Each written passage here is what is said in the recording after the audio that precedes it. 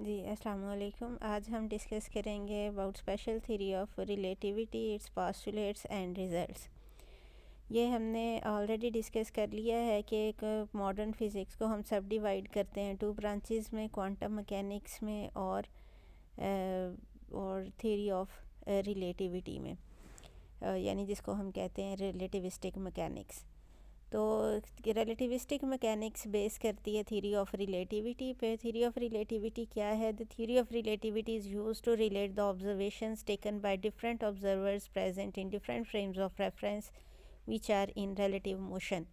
यानी कि अगर हमारे पास दो डिफरेंट फ्रेम्स ऑफ रेफरेंस हैं, उनमें ऑब्जर्वर्स जो है वो रिलेटिव मोशन में हैं, और उन दोनों ऑब्ज़र्वर्स ने जो ऑब्ज़र्वेशंस ली हैं, अगर हम उनको दोनों को रिलेट करना चाहें तो उनके दरमियान जो रिलेशनशिप हम डेवलप करते हैं उसे हम नाम देते हैं थ्योरी ऑफ रिलेटिविटी का। There are two parts of theory of relativity: general theory of relativity and special theory of relativity. तो जनरल थ्योरी ऑफ रिलेटिविटी क्या है? Theory of relativity which deals with the problems of accelerated और non inertial frame of reference. ये हमने discuss किया था frames of reference की types के। फ्रेम्स ऑफ रेफरेंस की दो टाइप्स हैं, inertial and non inertial. Inertial frame of reference वो होता है जो यूनिफॉर्म्स वेलोसिटी के साथ मूव कर रहा हो विद या फिर एट रेस्ट हो, तो ऐसे फ्रेम को हम कहते हैं नॉन एक्सेलरेटेड। तो लेकिन अगर कोई frame of reference certain acceleration के साथ मूव कर रहा होगा तो वो कहलाएगा एक्सेलरेटेड। तो वो जो एक्सेलरेटेड फ्रेम ऑफ रेफरेंस है वो कहलाता है नॉन इनर्शियल। तो non inertial frame of reference के प्रॉब्लम्स को हम डील करेंगे with general theory of relativity, और जो नॉन एक्सेलरेटेड या इनर्शियल फ्रेम ऑफ रेफरेंस के प्रॉब्लम्स होंगे उनको हम डील करेंगे with special theory of relativity. Postulates हैं स्पेशल थ्योरी ऑफ रिलेटिविटी के, ये शॉर्ट क्वेश्चंस में आ जाते हैं पास्टुलेट्स। अब आपने पास्टुलेट्स और रिज़ल्ट के दरमियान डिफरेंस याद रखना है। पास्टुलेट्स इसके 2 हैं, रिज़ल्ट इसके 4 हैं। ठीक है, पास्टुलेट्स अगर आए तो शॉर्ट में तो आपने सिर्फ ये 2 पास्टुलेट लिखने हैं। There are 2 postulates of special theory of relativity: the laws of physics are same in all inertial frames of reference. First postulate है इसका।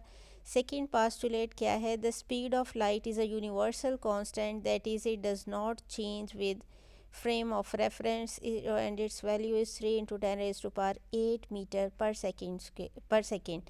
यानी कि स्पीड ऑफ लाइट जो है वो आलमोस्ट सब दुनिया में जितनी भी चीज़ें ट्रैवल कर रही हैं उन सब से आलमोस्ट ग्रेटर है। और ये जो अब हम इसकी के देखते हैं एक्सप्लेनेशन के, ये कि पास्टुलेट 1 हमें क्या इंफॉर्मेशन देता है। The first postulate is generalisation of the fact that laws of physics are same in all frames which are moving with uniform velocity। अब laws of physics same किस में होंगे? अगर आपके पास बहुत सारे frames of reference है और सारे के सारे यूनिफॉर्म वेलोसिटी से मूव कर रहे हैं, तो उनके अंदर ऑब्ज़र्वर अगर किसी भी एक्सपेरिमेंट को परफॉर्म कर रहे हैं तो उन सब के रिज़ल्ट्स जो हैं वो सेम होंगे।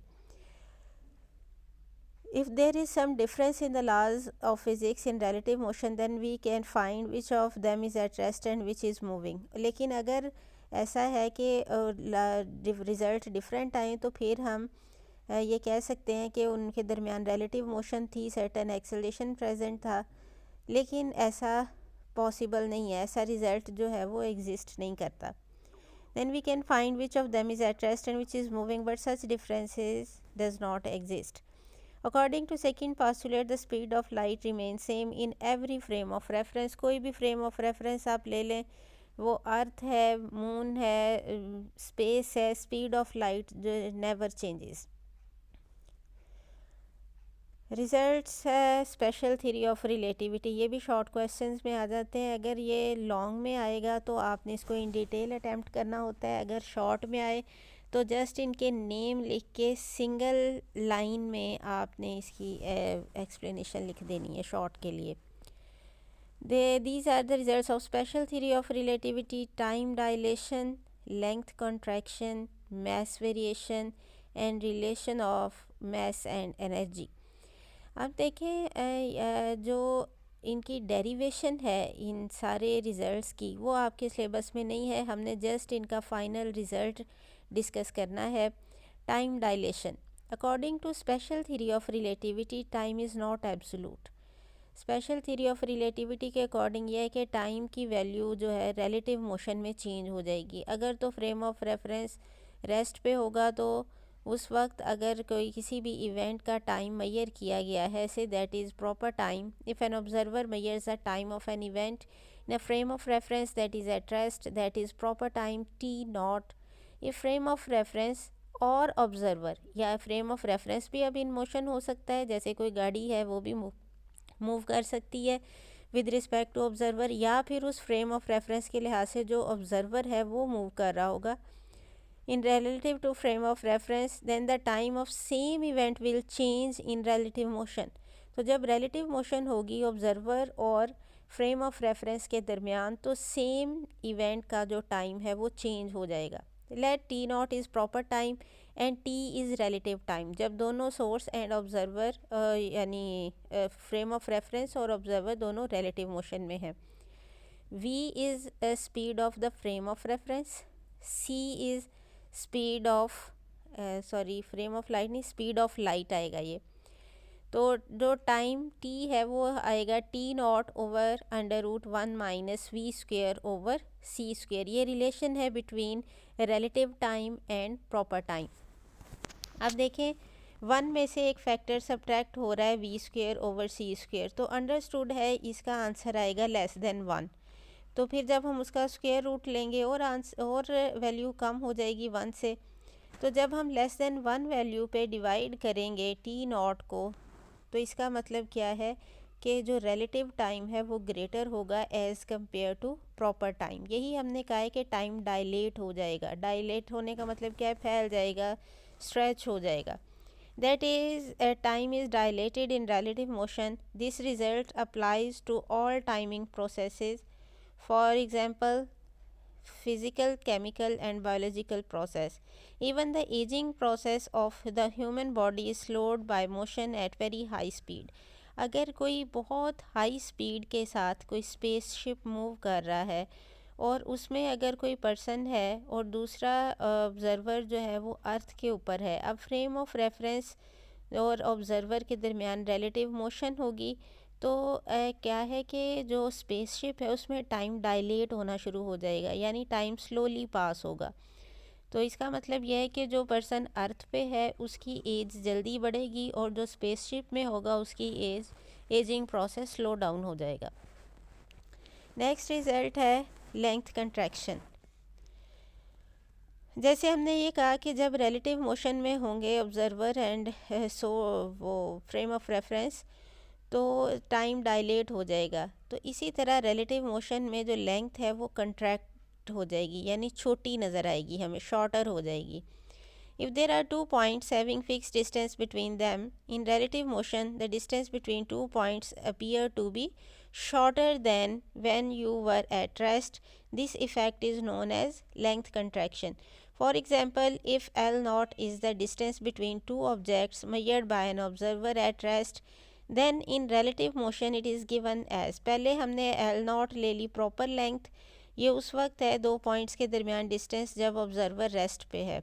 लेकिन अगर वो रिलेटिव मोशन में होगा तो फिर एल लेंथ जो है वो हम कैसे फाइंड करेंगे? L will be equal to L not √1 minus V square over C square, as 1 minus V square over C square under root is less than 1। तो लेस देन 1 वैल्यू से जब हम एल नॉट को multiply करेंगे तो इसका मतलब है L will be less than L not. That is time in that is time नहीं आएगा, that is length is contracted in relative motion.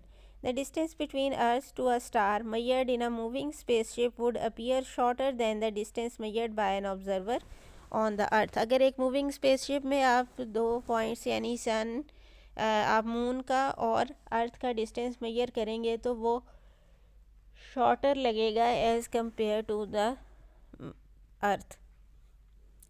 Next है मैस वेरिएशन।